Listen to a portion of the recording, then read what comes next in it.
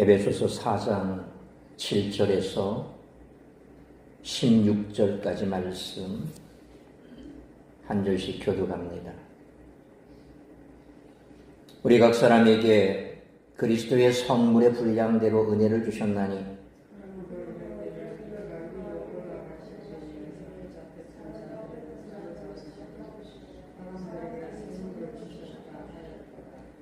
올라가셨다 하였은즉 땅 아래 낮은 곳으로 내리셨던 것이 아니면 무엇이냐?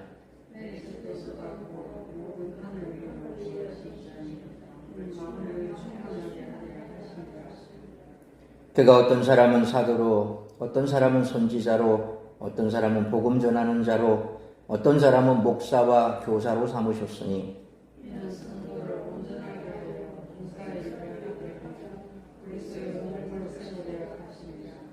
우리가 다 하나님의 아들을 믿는 것과 아는 일에 하나가 되어 온전한 사람을 이루어 그리스도의 장성한 분량이 충만한 데까지 이루리니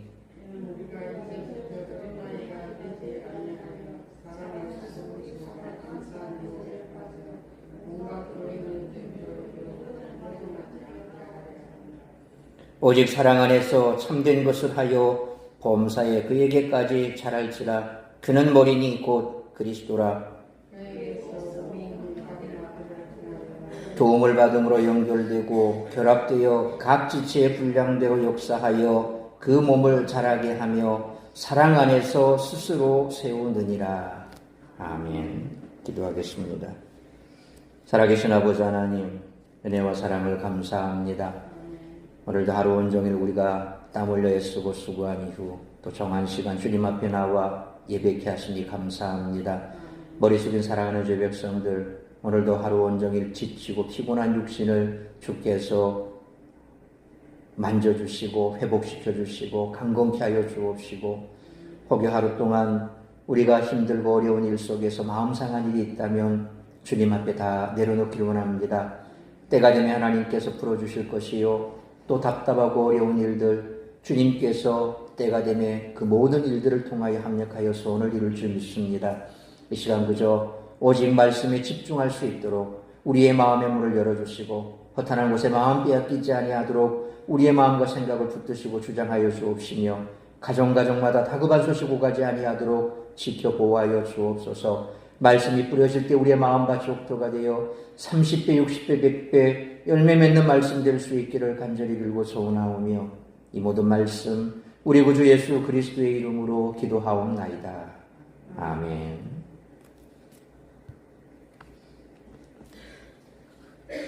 바울은 1절로 6절에 이어 7절로 17절로는 본문에서도 교회의 일치와 연합에 대한 권면을 이어가는데 그에 대한 신학적인 근거도 제시하고 있습니다. 그리스도께서는 성도들에게 교회에 속할 수 있는 구원의 은혜를 주셨을 뿐만 아니라 교회를 섬길 수 있는 다양한 은사들을 은혜로 주셨습니다. 특히 교회를 위한 은사 주심은 그리스도께서 부활하시고 승천하시고 하나님 우편에 좌정하신 결과인데, 이것은 오늘 본문에도 나오는 것처럼 시편 68편 18절의 성취라는 것입니다. 시편 68편에서 하나님은 원수들을 물리치시고 전리품으로도 당신의 백성들과 나누시는데, 이 그림은 하나님이 애국을 물리치시고 출애굽의 구원을 이루시고 시내산에서 율법을 선물로 주신 사건을 가리킨다기보다는 예수님이 새 출애굽의 구원을 이루시고 세우신 교회에 성령과 각종 선물들을 주신 사건을 가리킨다고 보는 것이 더 정확합니다. 예수님이 교회에 주신 선물은 1차적으로 사도, 선지자, 복음 전도자, 목사와 교사를 가리키는데, 이들이 각자의 역할을 다할 때 성도들이 섬김의 사역을 할 수 있도록 훈련되고 준비될 수 있으며, 성도들이 섬김을 다할 때에 그리스도를 믿고 아는 일에 하나가 되고 온전한 사람이 되며 그리스도의 충만함으로 채워져 세상의 속임수와 거짓 가르침에 흔들리지 않을 수 있다는 것입니다. 교회는 이렇게 진리 가운데 각 지체들이 섬김을 다할 때 머리 대신 그리스도를 모든 면에서 닮아가도록 자라게 될 줄 믿습니다. 바울은 교회의 정체성을 설명하기 위해 로마서 12장, 고린도전서 12장, 골로새서 1장에서 교회를 종종 우리 몸에 비유하는데, 에베소서에서는 그뿐만 아니라 집 혹은 성전과 교회를 설명하는 비유로 사용되고 있습니다. 4장에서 바울은 교회가 하나님의 통치권을 세상 가운데 구현하는 도구임을 가르치며 그 통치가 어떻게 현실적으로 나타나는가를 설명하고 있습니다. 따라서 이와 같은 오늘 본문의 말씀을 통해 우리들이 깨달아야 할 것은 첫째로 7절로 12절 말씀처럼 성도는 주님께 받은 직분을 잘 감당해야 한다는 것입니다. 바울은 7절 말씀처럼 각 사람에게 은혜가 주어졌다라고 선언합니다. 은혜는 대개 죄인들을 구원해 교회로 세우신 하나님의 호의를 뜻합니다. 하지만 여기서는 성도들에게 각기 다른 선물, 좀 더 명확하게 말하면 은사가 되겠죠. 이 선물을 주시는 은혜를 가리킵니다. 따라서 그리스도의 선물의 분량대로 은혜를 주셨다는 것은 그리스도께서 각 사람에게 주시는 은사에 맞게 은혜가 베풀어졌다라는 뜻입니다. 그리스도께서 각 사람에게 선물을 주시는 분이라는 사실은 구약의 말씀과 연결이 됩니다. 바울이 8절에서 인용한 말씀은 앞서 설명드린 것처럼 시편 68편 18절에 주께서 높은 곳으로 오르시며 사로잡은 자들을 취하시고 선물들을 사람들에게서 받으시며 반역자들로부터도 받으시니 여호와 하나님이 그들과 함께 계시기 때문이로다 라는 말씀을 인용하고 있는데, 8절 상반절에 그가 위로 올라가실 때에 사로잡혔던 자들을 사로잡으시고 라는 말씀은 시편 본문과 비슷합니다. 후반부에 나오는 사람들에게서 선물을 주셨다라는 말씀은 시편 68편 18절 상반절에 선물들을 사람들에게서 받으시며 라는 말씀과 이 시편 말씀과 반대로 되어 있죠.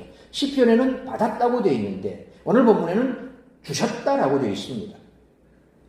아마도 바울은 시편 68편 전체 그림을 담으려고 한 듯합니다. 이 한 구절이 문제가 아니라 전체적인 시편 68편이 말씀하는 그 내용이 뭐냐, 큰 그림이 뭐냐, 그 큰 틀에서 이 말씀을 해석한 거죠. 시편 68편은 하나님이 원수들을 물리치시고 포로와 전리품을 가지고 시온산의 보좌로 돌아와 백성들과 함께 승리를 축하하는 모습을 노래합니다. 이런 승리의 장면에 부합하는 대표 사건은 애굽 군대를 수장시킨 하나님이 시내산에서 모세를 통해 백성들에게 율법을 선사하신 사건입니다.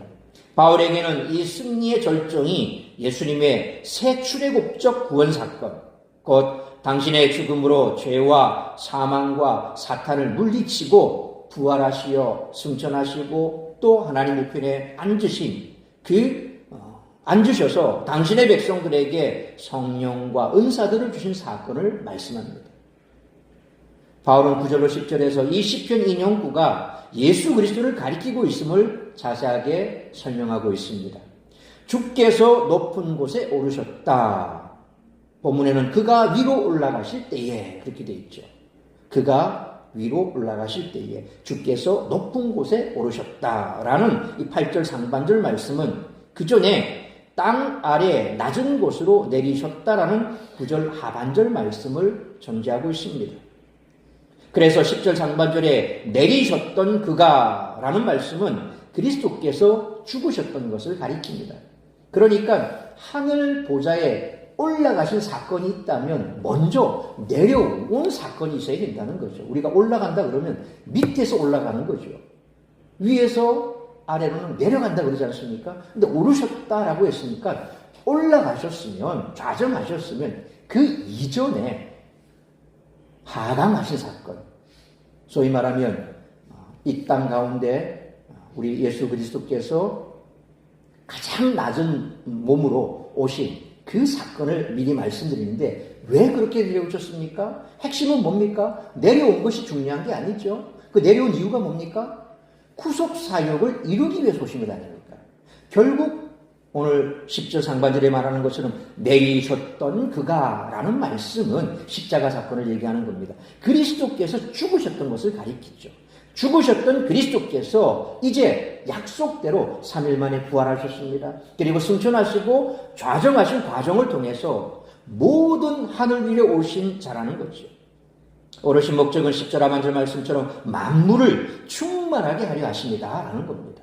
다시 말해서 죽음에서 부활하시고 승천하시고 좌정하신 예수 그리스도께서 바로 시편 68편 18절이 가리키는 승리하신 주님이며, 이 승리는 만물을 발 아래 복종시켜 충만하게 하시려고 창조주 하나님의 목적의 성취를 이루기 위해 하심이라는 겁니다.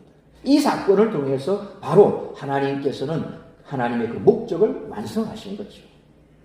그 중심에 승리하시고 보좌에 앉으신 그리스도께서 만물을 충만하게 하시는 이의 충만함으로 거하시는 교회가 있다는 것입니다.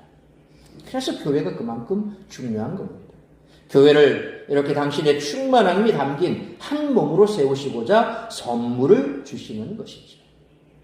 이어지는 11절에는 그리스도께서 주시는 은사들을 받은 자들이 열거되고 있습니다. 먼저 사도 나오죠. 사도는 헬라어로 아포스톨로스라고 하는 말인데 보냄을 받은 자라는 뜻입니다. 모든 성도 혹은 특정 교회에서 파송한 일꾼들을 뜻하지만, 여기서는 예수님의 선택을 받아 권위를 위임받고 예수님의 부활을 목격한 12사도와 바울, 또 예수님의 형제 야고보 그 외에 한두 사람을 가리키고 있는 표현입니다. 그러니까 오늘 본문에서 말하는 이 사도는 바로 여기에 포함되겠죠. 이들은 예수님의 탄생과 생애, 죽음, 부활, 승천, 좌종 사건이 어떻게 새 창조의 구원을 이룬 복음의 사건인지 권위 있는 해석을 제시하고 선포하는 자들입니다. 그래서 교회는 이 사도들의 권위 앞에 무릎을 꿇어야 되고 이 사도들의 말에 귀를 기울여야 되고 그 말씀을 받으라는 거죠. 바울도 마찬가지입니다. 그 권위가 바울에게 주어졌기 때문에 자신은 그 사도의 권위를 가지고 교회들에게 예수 그리스도에 대해서 선포하고 있고 복음을 선포하고, 그리고 그것이 하나님의 말씀임을 그는 힘있게 얘기했던 것이 바로 이 사도에게 주어진 고난이 그만큼 대단하다는 것이죠. 그리고 선지자는 성령의 영감으로 하나님의 메시지를 전하는 자입니다. 또 사도들과 선지자들을 통해 교회의 정체성이 확립되므로 바울은 이들을 교회의 터라 그렇게 부르고 있습니다. 바로 이 교회의 터, 사도와 선지자들의 이 말씀과 그들의 가르침, 이것이 바로 교회의 토대가 된다는 겁니다. 지금도 마찬가지입니다. 교회가 교회다워지기 위해서는 말씀이 제대로 선포가 되어야 됩니다. 우리는 이단들을 교회라고 말하지 않습니다. 자신들은 곧 죽어도 그걸 교회라고 얘기합니다. 그래서 무슨 교회. 특별히 또 그들은 또 이런 말합니다. 성전이라고. 하나님도 계시지 않은 그것이 무슨 성전입니까? 예수 그리스도 안 계신 그것이 무슨 성전입니까? 예수님을 믿지도 않으면서 하나님을 온전히 섬기지도 않으면서 오히려 사람들을 유혹해서 그들의 삶을 파괴시키고 혼란시키고 이 땅을 어지럽히고 교주에게 모든 것이 다 쏠려있는 그 이단들, 교회가 아니죠. 근데 그들은 그것을 교회라 그러고 자신들이 있는 곳을 성전이라고 또 얘기합니다. 얼토당토하는 얘기죠. 교회가 어떤 곳입니까? 방금 말씀드린 대로 사도와 선지자의 그 말씀 위에 서 있는 그 터 위에 교회가 세워지는 거죠. 그래서 음부의 권세가 해할 수 없는 고난을 우리 주님께서 교회에 위임해 주셨고, 그 교회의 머리가 누굽니까? 예수 그리스도란 말입니다. 그러니까 이단들은 말도 안 되는 얘기를 하고 있어요. 우리 인근에도 이단이 많지 않습니까? 보면 늘 끝에는 뭐가 붙어 있어요? 교회라고 붙어 있어요. 그러니까 세상 사람들은 이 교회도 교회고 저 교회도 교회고 똑같은 교회라고 생각해요. 근데 분명히 하십시오. 이단들은 교회가 아닙니다. 분명하시죠? 사도 바울은 오늘 말씀에서 사도와 선지자 그들의 말씀이 있는 터 위에 세운 게 교회라고 했어요. 예수 그리스도가 머리 되신 곳이 교회입니다. 근데 이단들은 뭡니까? 신천지는 누굽니까? 이만희를 얘기하지 않습니까? 하나님의 교회는 뭡니까? 지금은 이제 앞에 안상홍은 죽었잖아요. 그러니까 안상홍은 죽고 나니까 이제는 그 부인이 하나님 노릇을 하는 거예요. 그래서 어머니 하나님이 돼버린 거예요. 말도 안 하는 거죠. 우리가 섬기는 교회의 머리는 예수 그리스도인데 그게 교회인데. 그래서 여러분들 이단들 그냥 무시하셔도 됩니다. 뭐 굳이 그리스도의 사랑으로 뭐 품어주고 그럴 필요 없습니다. 왜? 이미 그들은 자기 갈 길을 정했습니다. 그러나 정말 그들이 안타까우면 복음으로 그들을 품고 기도할 수는 있겠죠. 그 영혼을 품고. 근데 그들을 따뜻하게 맞아줘서 내가 그들을 어떻게, 그러면 홀라당 넘어갑니다. 사랑으로 치면 우리보다 저 사람들이 더 강해요. 그렇죠? 왜 자꾸 여기서 빠져나갑니까? 저쪽으로. 여기서 못 받은 사랑을 저기서 주니까 절로 가는 거야. 그러니까 우리가 감당 안 되는 건 하려고 하지 마세요. 우리는 그냥 진리의 토 위에 서서 그 영혼이, 내가 아는 그 사람이 누군가가 이단에 빠져있다면 그 영혼이 불쌍하면 그 영혼을 품고 기도만 하세요. 괜히 주제넘게 가가지고 오지랖 넓게 가가지고 막 사랑 베푼다고 하다가 혹 껴가서 저쪽으로 넘어가지 말고, 저기는 교회가 아니다. 교회가 어떤 곳인가 분명히 바울은 우리에게 말씀하고 있습니다. 그 다음으로 복음 전하는 자, 이들은 순회 전도자죠. 그 당시 초대교회에 있어서는 교회가 지금처럼 이렇게 목회자가 있고 조직된 교회가 없습니다. 그러니까 교회라고 바울이 개척해서 세워놨는데 거기에 리더가 없단 말이에요. 말씀을 전하는 자가 없단 말이에요. 그러니까 순회 복음 전도자들이, 여기서 말하는 순회 전도자들이 다니면서 그들에게 복음도 가르쳐주고 있습니다. 근데 이제 문제가 뭐냐니까 제대로 되지 못한 이단들이 이제 날뛰기 시작한 거예요. 그러면서 교회가 어지러워지기 시작했고, 특히 이제 이단 가운데서도 이 그노시스자이들, 이런 자들이 다니면서 자꾸 이상한, 내가 가리키는 이 지식만 알아야 된다. 이 지식을 모르면 너희들 구원받은 게 아니다. 이러면서 말도 안 되는 그런 소리를 하고 다니는 그런 거짓자들이 있었죠. 그런 사람들은 다니면서 호의호식하고 그래요. 돈 받고. 그래서 바울은 오히려 반대급부적으로 그는 아무것도 받지 않는다, 내가. 왜? 그렇게 해서 복음이 훼손당할 것 같으면 나 안 받겠다. 바울은 그렇게까지 하지 않습니까? 복음 전하는 자, 순회 전도자.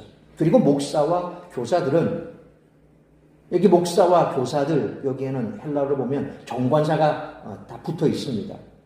그래서 한 직분과 연결된 두 은사, 소위 말하는 목사와 교사들, 같은 개념으로 보시면 됩니다. 여기서 우리가 흔히 교사 그러면 주일학교 교사를 자꾸 생각을 하고 교회 학교 교사를 생각하는데 그런 교사의 개념이 아닙니다. 목사와 교사 거의 같은 그런 이 사역을 하는 사람이다라고 보시면 됩니다.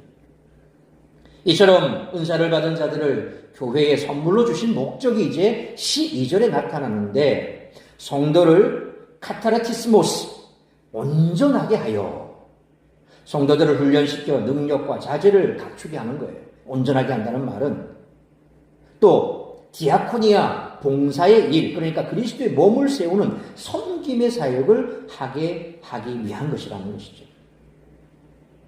따라서 사도, 선지자, 복음 전하는 자, 목사와 교사들을 통해 성도들이 섬김의 사역을 하도록 준비시키는 목적은 그리스도의 몸을 세우려 하십니다라는 거죠. 여러분들 직분을 받고 직분자가 되고, 그리고 여러분들이 교회에서 어떤 또 사역에 임하게 될 때 그 이유가 뭡니까? 나를 드러내는 것이 아니라 교회를 세우는 거예요. 그래서 직분자는 교회의 덕이 돼야 된다는 말이 그런 말이에요. 이처럼 바울은 시편 68편을 인용해서 예수님이 승리하신 왕으로서 정복하신 나라들에게 조공을 받아 당신의 백성들에게 나눠주신다는 그 비유로 교회에 주어진 은사를 설명하고 있습니다. 예수님이 땅에 내려오셔서 사탄의 세력과 싸우시고 죽음의 권세를 이기고 승리하신 후에 하늘에 오르셔서 은사를 주셨다는 거죠. 바울은 시편 68편에 명시되지는 않았지만 오르셨다라고 하니까 당연히 그 전에 내려오시지 않겠느냐라고 말하면서 주님이 땅에 내려오셔서 십자가와 부활로 사탄의 권세를 이기시고 다시 하늘에 오르셔서 전리품을 그 백성에게 나눠주시는 광경을 시편 저자가 노래했다라는 겁니다. 그런데 그 전리품과 선물, 은사는 직분과 역할로 나타납니다. 왕이 신하들 중에 어떤 이는 군대 장관으로, 어떤 이는 제사장으로, 어떤 이는 모사로 삼는 것과 같이 예수님도 당신을 따르는 제자들을 사도와 선지자와 복음 전하는 자와 목사고 교사로 삼으셨다라고 말씀합니다. 왕이 이렇게 신하들을 다양한 직임에 임명하는 이유는 백성들을 잘 다스리기 위함이듯이 예수님도 다양한 직분자들을 세우셔서 성도들을 온전하게 하고 봉사하게 하여 그리스도의 몸을 세우려고 하시는 겁니다. 그래서 직분에는 높낮이가 없는 겁니다. 은사에는 높낮이가 없습니다. 더 중요하고 덜 중요한 게 없습니다. 각 은사대로 자기 분량대로 받은 은사의 분량대로 그 자리에서 그리스도의 영광을 위해서 최선을 다해서 섬기면 되는 거예요. 그게 전부입니다. 근데 이게 사람들이 보면 교회 안에서 권사가 되고 장로가 되고 안수집사가 되고 뭐 이렇게 되면 이제 무슨 군대 계급장 달듯이 사람이 자꾸 이제 변질돼요. 예. 집사에서 권사 되니까 이제 뭐 권사 되니까 뭐 여성분으로서는 어쨌든 그 이 교회 안에서 받은 직분 가운데 평생토록 유지할 수 있는 직분이 권사 직분 아닙니까? 예. 그래서 항존직이다 얘기를 하거든요. 무슨 뭐 군대에서 무슨 이렇게 계급 하나 올라가는 것처럼 그렇게 착각을 합니다. 계속해서 지금 우리가 이 피택자 교육을 시킬 때 제가 계속 강조하는 게 뭡니까? 섬김이거든요. 섬기라고 준 직분이에요. 섬기라고. 교회 덕을 세우라고 준 직분이에요. 그걸 망각하면 안 된다는 거예요. 대신에 또한 그만큼 교회를 위해서 애쓰고 수고했기에 성도들의 사랑을 받는 것 또한 맞습니다. 섬기는 자를 사랑해줘야죠. 아껴줘야죠. 열심히 교회를 위해서 섬기는데 사랑하고 아껴주는 것이 당연한 것 아닙니까? 그것 또한 하나님께서 우리 주님께서 나에게 이런 직분을 주셨기 때문에 내가 받는 거다. 감사하다. 더 열심으로 해야 되죠. 거기에 우쭐하고 하면 결국 내가 받은 그 직분의 영광을 내가 가로채버리는 것이고 하늘의 상급을 이 땅에서 받아버리는 거라 그러지 않습니까? 그러므로 우리는 먼저 내가 받은 직분이 주님께 받은 것임을 기억해야 하고 그 직분을 잘 감당함으로 교회와 성도들을 온전히 세우는 사명자로 살아가는 우리 모두가 되시기를 축원합니다. 두 번째로 13절로 16절 말씀처럼 진정한 영적 성장은 다양성을 가진 공동체 내에서 일어난다는 것입니다. 은사를 받은 자들을 교회에 선물로 주신 목적은 13절 말씀처럼 다음 세 가지 지점에 도달할 때까지 계속 추구해야 한다고 말씀하고 있습니다. 첫째로 다 하나님의 아들을 믿는 것과 아는 일에 하나가 되고 모두가 다 믿음의 장성한 분량에 이르러서 그렇게 될 때까지 계속해서 하나님께서는 이런 선물을 주신다는 거예요. 둘째로 온전한 사람을 이루며 셋째로 그리스도의 충만함의 장성한 분량에 도달하는 것입니다. 이런 상태에 도달해야 14절 말씀처럼 어린아이가 되지 않고 온갖 교리적 주장들에 밀려 요동하지 않고 사람의 속임수와 간사한 유혹에 흔들리지 않을 수 있다는 것입니다. 따라서 교회는 진리가 아닌 것에 흔들리는 대신에 15절 말씀처럼 오직 사랑 안에서 참된 것을 말하며 모든 면에서 교회 머리 대신 예수 그리스도에게까지 자라야 합니다. 하지만 예수 그리스도께서는 단순히 성도의 영적 성장의 지향점이 아니라 영적 성장 자체를 가능하게 해주시는 생명력의 근원이시라는 겁니다. 왜냐하면 16절 말씀처럼 그에게서 온 몸이 자라기 때문에 우린 지체입니다. 우리 스스로가 뭘 할 수 있는 게 아닙니다. 그렇죠? 그분이 있기 때문에 포도나무에 가지가 붙어 있으면 저절로 열매를 맺는다 그랬습니다. 왜? 뿌리로부터 양분을 받는다 그랬거든요. 우리는 가지로 예수 그리스도의 지체로 그래서 한 공동체 안에서 우리가 성장이 이루어진다는 거죠. 여기서 강마디는 사도, 선지자, 복음 전도자, 목사와 교사를 가리키며 이들 덕분에 교회의 각 지체의 분량대로 역사가 일어나 몸이 자라고 사랑 안에서 세워진다는 것입니다. 이처럼 바울은 교회를 설명할 때 가장 많이 사용했던 몸의 비유를 사용해서 은사하고 직분의 목적과 방향이 무엇인지를 설명합니다. 은사가 주어지는 이유는 성도들이 예수님을 믿는 것과 아는 일에 하나가 되고 그들의 장성한 분량, 그리스도의 장성한 분량에 충만하게 이르는 것입니다. 영적으로 장성해 그리스도를 닮은 자가 되게 해야 한다는 뜻으로 이해할 수 있다는 거죠. 어린아이들은 속임수와 유혹과 거짓 교훈에 흔들리지만 성숙한 사람은 그것을 분별할 수 있듯이 교회 사역자들은 성도들이 성숙에 이르러 세상의 거짓을 분별할 수 있도록 양육해야 합니다. 리더들은 그런 역할을 해야 됩니다. 성도들은 그리스도의 모습을 나타낼 때까지 자라야 하는데 이는 모든 성도가 예수님의 몸의 일부가 된다는 뜻입니다. 교회는 전혀 다른 문화와 배경을 가진 사람들이 있지만 이들이 서로 도움을 받고 연합함으로써 그 다양성이 발휘되는 결과가 나타납니다. 사람이 건강하려면 모든 장기가 각각의 역할을 잘 감당해야 하듯이 교회도 건강하려면 다양한 성도들이 각자의 사명과 직분을 잘 감당하면서 함께 어우러져 연합해야 됩니다. 그래서 찬양대로 섬기시는 분 큰 교회 보면 찬양대 일이 전부예요. 다른 건 뭐 일도 아니야. 이게 제일 중요해. 물론 본인이 가지고 있는 그 일이 중요하죠. 근데 다른 건 다 제끼고 이게 제일 중요하다고 그렇게 얘기하면 안 되죠.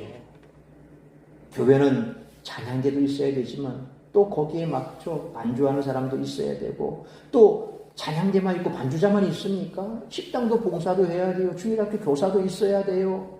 방송실에 또 영상도 또 송출시켜야 돼요. 교회를 또 아름답게 가꾸기 위해서 또 음에서 보이지 않는 곳에서 교회를 또 쓸고 닦는 분도 있고 다양하지 않습니까? 모두가 다 똑같아요. 다 그리스도의 몸 가운데 지체들이란 말이에요. 그러니까 다양하게 이렇게 있는 지체들이 잘 어우러져야 그래야 교회가 아름답게 세워지죠. 요즘 세계인의 가장 핫한 음식 뭔지 아십니까? 전 세계적으로 가장 지금 히트치고 있는 음식.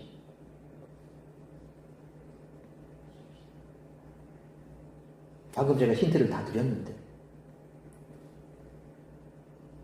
비빔밥. 비빔밥이 전 세계적으로 지금 가장 핫한 음식이죠, 비빔밥. 근데 웃기는 게 중국에서 우리 전라도 어디입니까? 보면 돌솥. 무슨 돌이라 그러던가 하여튼 아주 열을 잘 보존하는 그런 돌이 있대요. 그걸 이제 우리 한국에서 전라도 어디에서 처음으로 식당에서 그거를 솥을 만들어서 거기에다가 야채들, 밥을 넣고 야채들 거기에 뜨겁게 돌을 달구어서 나온 게 돌솥 비빔밥. 돌솥 비빔밥. 근데 웃기는 게 중국의 어떤 도시에 거기에 이제 그런 돌솥 비빔밥을 만들어 놓고 자기네들 무형문화재로 지정을 했어요.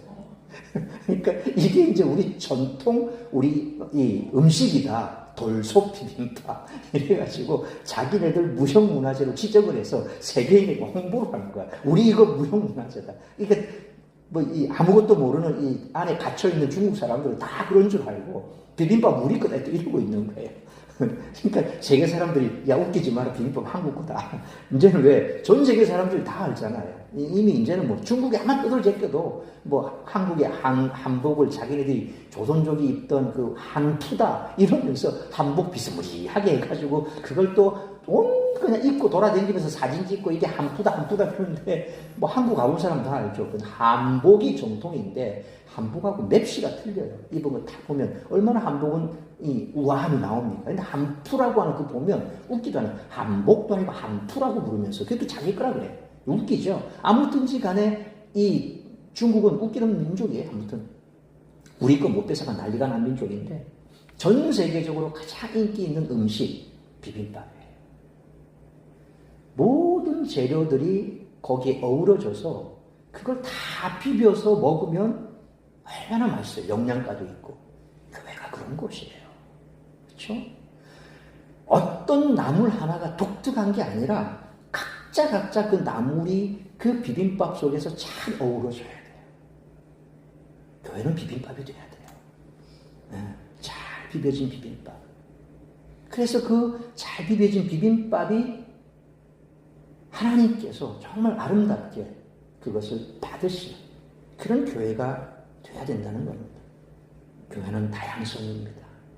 어느 한 부서, 어느 한 직분, 어느 한 은사 그것만이 도드라지면 안 됩니다. 모두가 다 하나님께서 주신 은사는 귀하고 소중한 겁니다. 그래서 여러분들이 받은 은사대로 잘 섬기는 것이 하나님께서 기뻐하시는 거고 그런 분들이 요소요소에서 그 사명을 잘 감당할 때 교회가 아름답게 세워지고 우리의 몸 장기가 어떤 것이 중요하다. 물론 못 보면 얼마나 답답합니까? 못 들으면 얼마나 답답합니까? 성대가 상해서 말을 못하면 얼마나 답답합니까? 그렇다고 해서 보고 듣고 먹는 거, 목 말하는 거 이것만 가장 중요합니까? 여러분 장기하면 손상되고 오십시오. 장 달라면 어떻습니까? 난리가 납니다. 가만 서 있지도 못합니다. 줄줄줄 셉니다. 그죠? 그 얼마나 민망스럽습니까? 그러니까 뭐가 하나 고장 나면 난리가 나요. 어느 것이 중요할 것 없습니다. 다 건강해야 됩니다. 교회가 그렇습니다. 어느 부서 하나가 가장 도드라진다? 아닙니다. 어떤 직분이 가장 도드라진다? 아닙니다. 어떤 은사가 가장 도드라져야 된다? 아닙니다. 다 어우러져야 됩니다. 다양한 성도가 함께 교제하고 예배하는데 어려움이 없어야 됩니다. 어느 누가 대장이 돼가지고 자꾸 다른 데 간섭하고 억누르고 하면 안 되는 거예요. 그렇지 않고 모두가 다 잘 어우러질 때 그때 교회가 건강해지는 거예요. 그래서 몸을 비유한 겁니다. 몸이 어느 곳 하나가 특출나고 어느 곳 하나만 더 갈고 닦는다고 그게 교회가 건강해지는 게 아니라는 거죠. 그러므로 진정한 영적 성장은 다양성을 가진 공동체 내에서 일어나기에 교회 안에서 비슷한 연령대와 비슷한 경제적, 사회적 지위를 가진 사람들끼리끼리 나뉘지 않도록 주의함으로 서로 다른 사람들이 어려움 없이 교제할 수 있는 건강한 교회, 아름다운 믿음의 공동체를 만들어가는 우리 모두가 되시기를 축원합니다. 사랑하는 성도 여러분, 건강한 교회는 다양한 사람들이 모여 한 몸을 이루는 공동체, 각 성도의 다양한 은사를 통해 온전한 몸을 이루는 공동체입니다. 하나님이 우리를 부르시고 구원하신 이 목적을 이루기 위해 헌신하고 섬기는 성도들이 되어야 할 줄 믿습니다. 그러므로 내가 받은 직분이 주님께 받은 것임을 기억해야 하고 그 직분을 잘 감당함으로 교회와 성도들을 온전히 세우는 사명자로 살아가는 우리 모든 직분자들이 되어야 할 뿐만 아니라 진정한 영적 성장은 다양성을 가진 공동체 내에서 일어나기에 교회 안에서 끼리끼리 비슷한 연령대, 비슷한 경제적, 사회적 지위를 가진 그런 사람들이 끼리끼리 이렇게 나누지 않도록 주의하므로 서로 다른 사람들이 어려움 없이 교제할 수 있는 건강한 교회, 아름다운 믿음의 공동체를 만들어가는 우리 모든 성도님들, 직분자들 되시기를 축원합니다. 기도하겠습니다.